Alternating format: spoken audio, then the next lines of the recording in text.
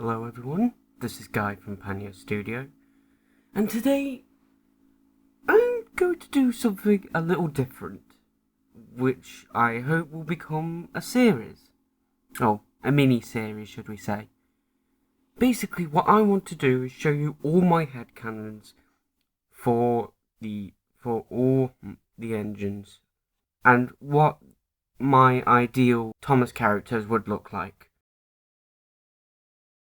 So, let's start off with Thomas. Okay, so the first thing I wanted to do with Thomas is make him longer. Now, don't get me wrong, Thomas is still going to be an E2. I don't want that to change one bit. But, in the TV series, his model is a little more box-like compared to the E2s. Where the E2s were a lot longer. So I was able to extend Thomas's boiler and put the dome somewhere sensible so that the length doesn't look weird compared to where I put the dome. The next thing I wanted to add to Thomas was the valve on his side tanks, which he doesn't possess in his Railway Series illustration or even his TV model, which I found odd considering the E2 always had that, even the ones with short side tanks. So, a bit odd why they missed it. Surely, Original Paint had to notice it when he was drawing Thomas, unless he wasn't copying from an actual photo of an E2. I just don't get how we could miss that. The valve on the side tank was always the same colour as the livery on the E2s, so I decided to adopt that for Thomas as well. Dark blue valve. Speaking of this livery, I've darkened it. Why did I do this? Well, I feel like this shade of blue is a little more industrial-like, if you get where I'm coming from. It's a lot more professional than the sky blue colour that Thomas had. And speaking of colour, I thought, what if I painted his side rods red? Considering that other industrial steam engines did have red side rods. Well, some of them at least. So I decided to give him red side rods, and I liked it, so I kept it. The next thing I wanted to do with my headcanon of Thomas is get that running board sorted out!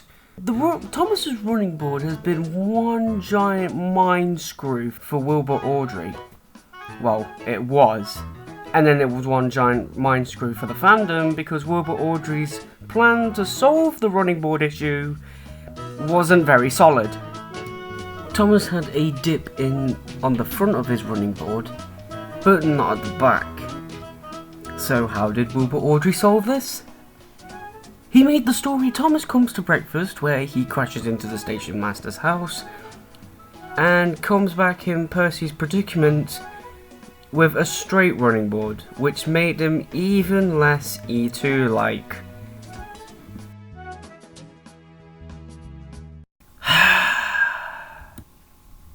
But don't worry, because your boy Panyo has solved it in a whole new way. Do you want to know what that way is? Just give him a dip at the back! Problem solved! Right, let's move on. There were a few minor changes to my headcanon compared to the normal engines that I wanted to keep for all my engines.